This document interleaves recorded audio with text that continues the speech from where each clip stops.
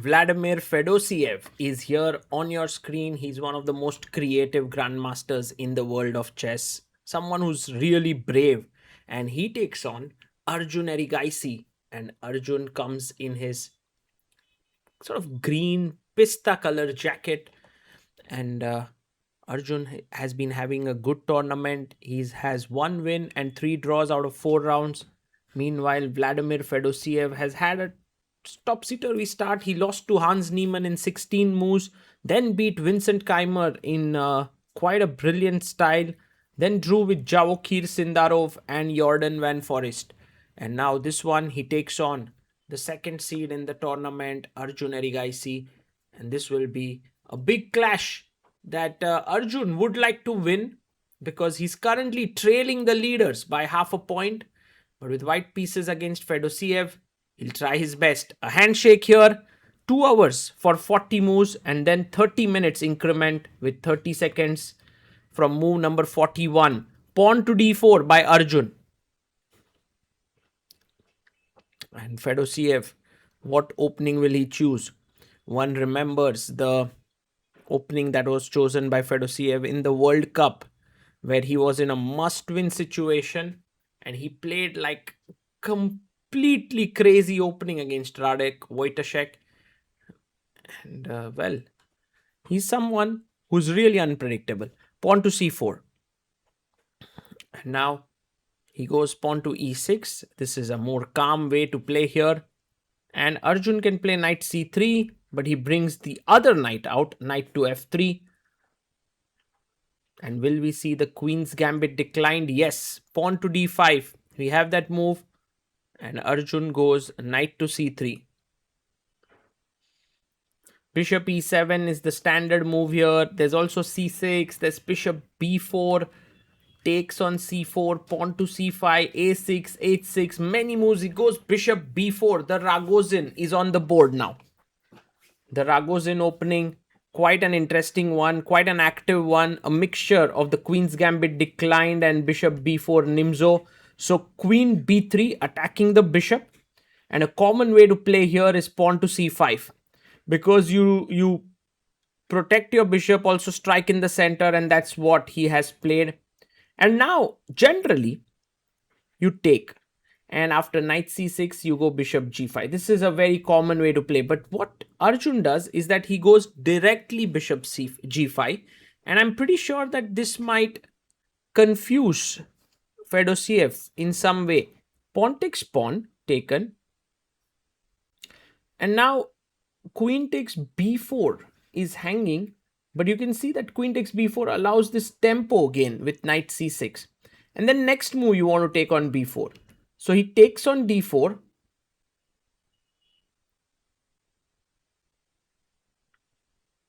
I think Fedoseev doesn't know the opening so well. He takes on c3 and Arjun can take back with the queen. So now you have two bishops in the position. He wants to push the pawn forward. Yes, he pushes it. Pawn to e5. That's not a good move. In fact, castles would have been much better. But e5 and now knight b5 is a very powerful move that Arjun has. And I think Fedoseev is in big trouble here. Yes, knight to b5 played. Now the point is, you want to shift the queen over, let's say for example d4, queen a3, you can't castle and knight d6 is coming in. So he quickly castles here. But now notice how cd5 and queen e5, both are great moves. In fact, Arjun takes his time here. He takes a good 35 minutes and now takes on d5, which is the best move.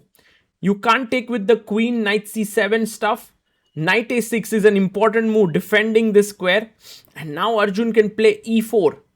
And the main point here is that knight e4 is met with bishop d8, knight c3 and bishop e7. And white is better here. But the point here is that Arjun took first on f6, queen f6. And maybe that does reduce his advantage a bit. But I think Arjun is logically right. Because why do you want to complicate matters? Bishop d7. You are a clear pawn up. I mean, there's no question to it. The pawn is in fact a protected passer even. He goes queen d2. The only problem that Arjun has here is that he's lagging behind in development.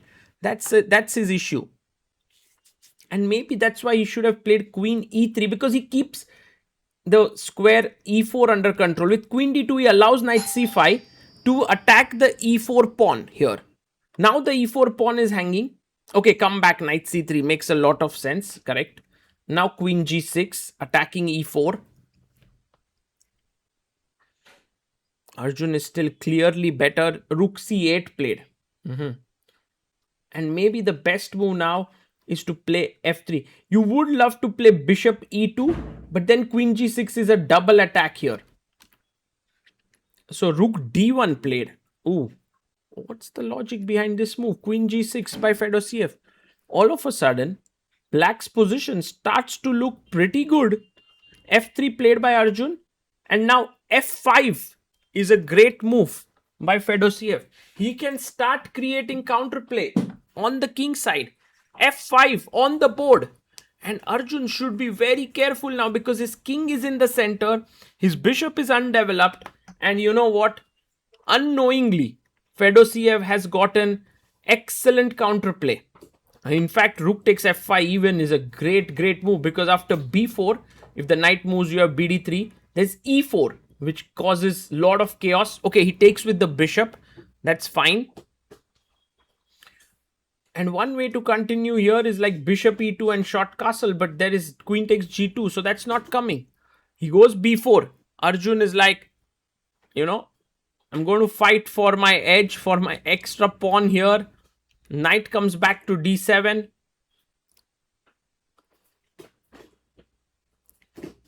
And he gets his bishop to b5. Not just hitting the knight, but also developing a piece and getting ready to castle here. That's very important. If he can castle his king, he would be doing well. So he goes queen b6, just taking control of this entire diagonal. And also there could be threats with rook takes c3 and then queen takes b5. a4 played here, protecting the bishop. And Arjun now, once again, slightly better here. Knight to f6 played by Fedoseev.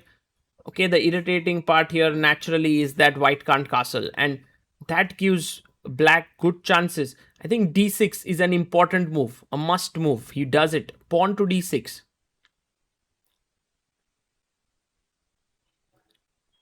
And Arjun Erigaisi, slightly better. Pawn a6. Now you can't go here. You can't go maybe even here. Bishop e2 doesn't look right. So he goes a5, making square for the bishop to go to a4.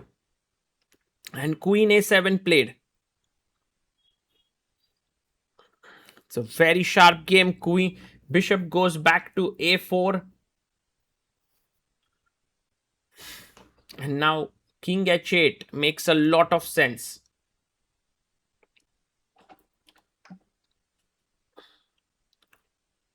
Arjun gets his rook to f1. His plan is rook f2, king f1, king g1. Maybe that's the way he wants to castle here.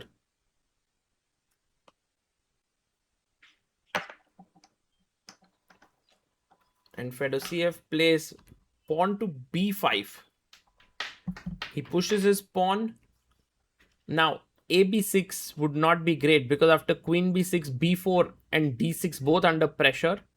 So he goes bishop b3.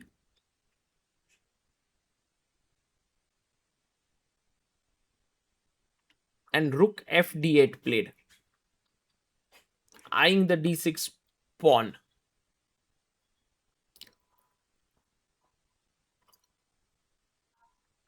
Arjun, being Arjun, goes g4. What an aggressive move. He's going all out on the king side. His f4 square is weakened. But I think for Arjun, much more important than positional factors are the dynamics now. g5, kicking the knight away. He does it. The knight has to go to h5 in order to come to f4. But you can bring your knight back to e2. So knight e2 controls this square. The d6 pawn is well controlled. And once again, it's white who is trying to press here. He goes rook to c6, attacking the d6 pawn. And Arjun brings his queen to d5. He's attacking here. And Fedoseev, look at him. He's getting excited. Because taking this pawn means you have to give up the queen for 2 pieces. Rook c3. What a move here. And he comes back bishop a2, a blunder. Well, if you take here is also a blunder because of queen e3 check. Knight here, knight f4 attacking the queen and knight g2 mate. But bishop a2 is even a bigger error. In fact, the best move, the only move was d7. And you had to calculate this crazy line with queen a8, queen g5, take here, and knight c3. But the moment he went bishop a2, queen jumps into f4, threatening knight f4. The queen comes back to d2, but it's not sufficient now. Knight f4 is a great move. He plays it. And now knight g2 mate is a big threat. He takes the queen, and all of a sudden, from a great position, Arjun is in a completely lost position because the knight is pinned. Rook f2 is met with bishop d3. And can you believe it? You are losing. You are losing a complete piece. King d3. But now just rook takes on e2. Check. And you can also play bishop e2. Many possible moves here. Rook e2 is better because bishop e2, king e3, bishop d1 and rook d2 could lead to complications with the bishop maybe under some pressure. But rook e2, bishop e2. And now rook to c1. And you can just take rook takes d6 with a check. Which means that Arjun is now a complete piece down. And this is really heartbreaking for Arjun. King e3. He's hoping for some sort of a blunder here like g6, which allows rook c8, king g7 and rook g8 mate. But rook d3, king e4.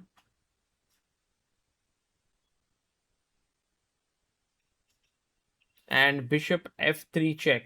Well, even before Arjun can win some material, he's losing it. And look at this, knight g6 check. He's doing it all with checks.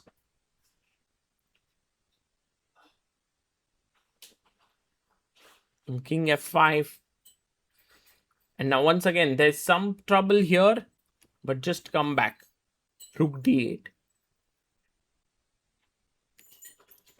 Rook goes to c7, trying to put pressure here. And rook e8.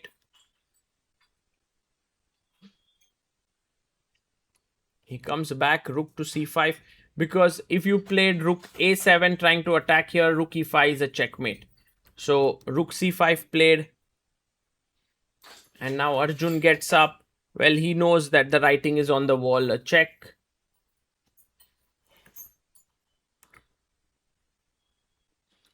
King to g4, only move.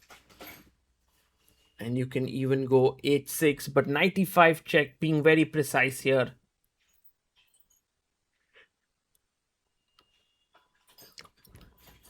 King comes back to g3. And he goes knight to d3. Attacking the rook and the pawn. Rook c7. I think knight takes b4. This should finish off the game. Arjun is totally lost here. He would be so unhappy with himself because he had started off with a winning position, close to winning position in 10 to 11 moves. But from there, he's landed up in a lost position. Rook f8. And just goes to show that if you lose your concentration at the highest level, it's not going to work out for you. Arjun resigns. Vladimir Fedoseev scores his second win in the tournament, and that too in crazy style. Would be lovely to get his thoughts here as to what happened, what went wrong in the opening, and how he managed to stage the comeback for Arjun. Well, at the rest day, he's at 50% score with one win, one loss, and three draws. He would be unhappy with himself because I'm pretty sure after the opening he knew he was better not just on the board but on the clock as well. But there's still 8 more rounds to go, and Arjun can make a comeback, and we'll hope that he manages to do so. For me, it's one of the first time I'm playing Rogozin defense, and he catched me with a surprise line in a Leningrad variation, which is Queen B3 C5, and here people usually play D takes C5, and then after knight C6 or knight F6, it's a big theory, but it usually gets to some endgame position quite fast, and bishop G5 is a complicated move. I was aware of it, but he also found variations that I did not repeat it before the game, so it was very hard for me to react from here. And as usually when there is such surprise, it's very hard to judge between recording your lines or just to play by yourself. So I actually stuck in between. Did you get some flashbacks to day one where things had gone wrong so early in the game? Not at all, because last year in the beginning I did quite well, and I had a decent chances against him. Just later on he outplayed at me in a very complicated game. But certainly I got some flashbacks when we achieved this very playable position with a decent compensation after move 13 queen d2 knight c5. So already here I understood that game is getting more and more complicated, and it's far easier to play with the black pieces here. So he's on the side to make pretty much all decisions that are not easier. It feels like everything is on his side. So and where do you think he went wrong to suddenly find himself in such a tricky position? I don't know, but I have no clue. That's for sure.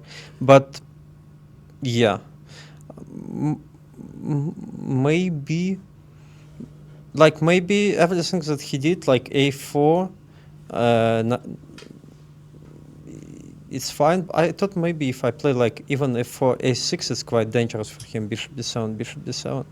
But I assume he would try a5 on a6, and then I can't go queen d4 because here he can simply exchange everywhere, and then knight e2, so this knights move away. So if I play a6, a5, I thought I can continue like with queen a7, but it seems he's doing quite well. So I'm pretty much forced to play knight f6. And then he found this d6.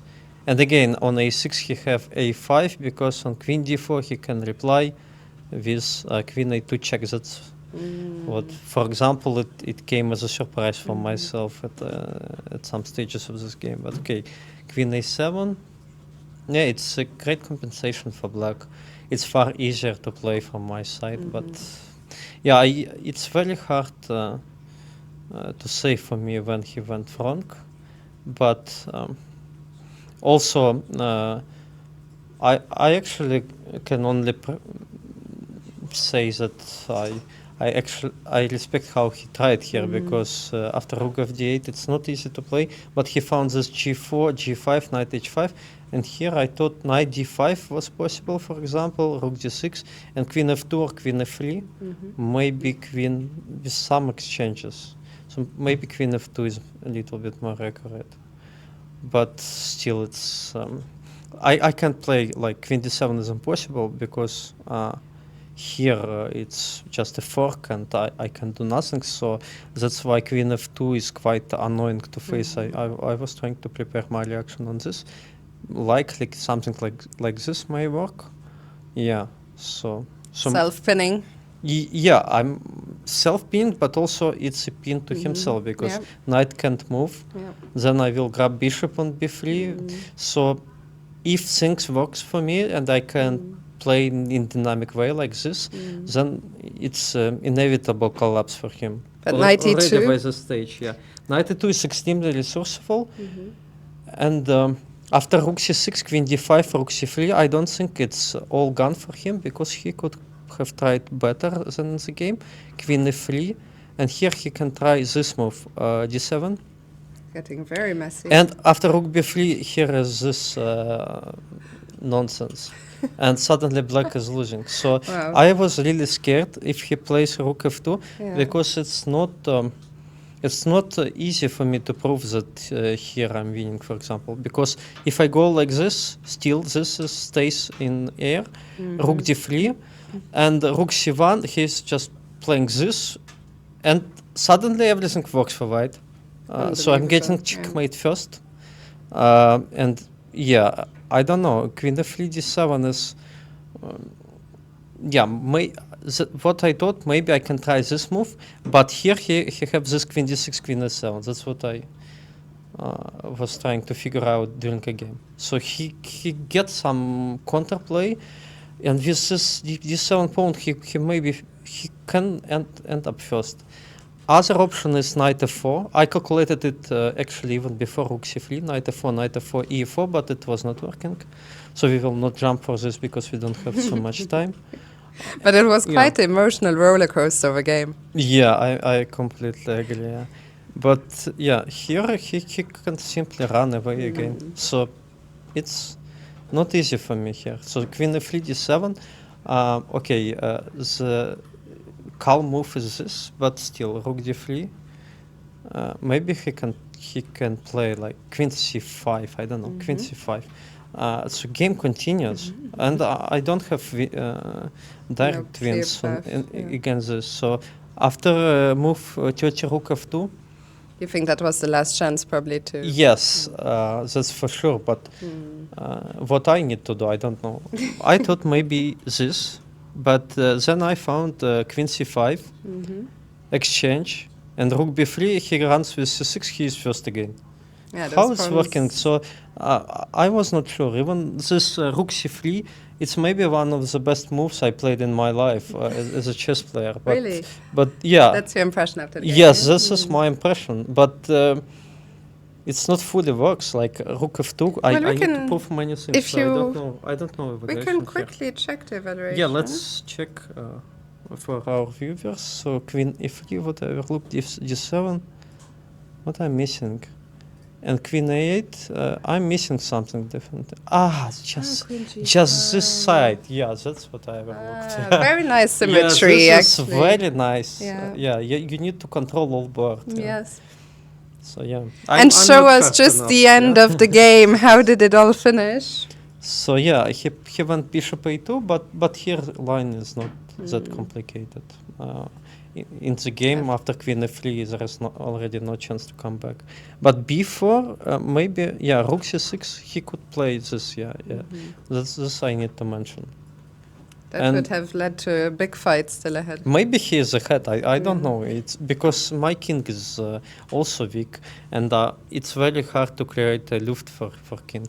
So it would be a lot of struggle. So all variations, for example, here all variations like this are not working for me because of Back- eight yeah, round back issues rank. all the time. So yeah, he played extremely resourceful. Maybe he played for a long time. He played better than me. Maybe. But you're fighting. Yeah, And what a game. But it also his kind of positions. We need to. Yeah, it's more in his style. Is Everything this he did this time. Yeah. is this kind of win even more sweet before the rest day? It's definitely sweet, and really want a rest day after such a game. Yeah. What will you be doing? Mostly resting or any plans? Yeah, I hope I will visit some places here, or maybe I spend a good time with friends. I'm thinking about sport activity, but no clear plans in mind yet. Well, Vladimir, congratulations once again and enjoy your rest day tomorrow. Yeah, thank you. Thank you, Fiona.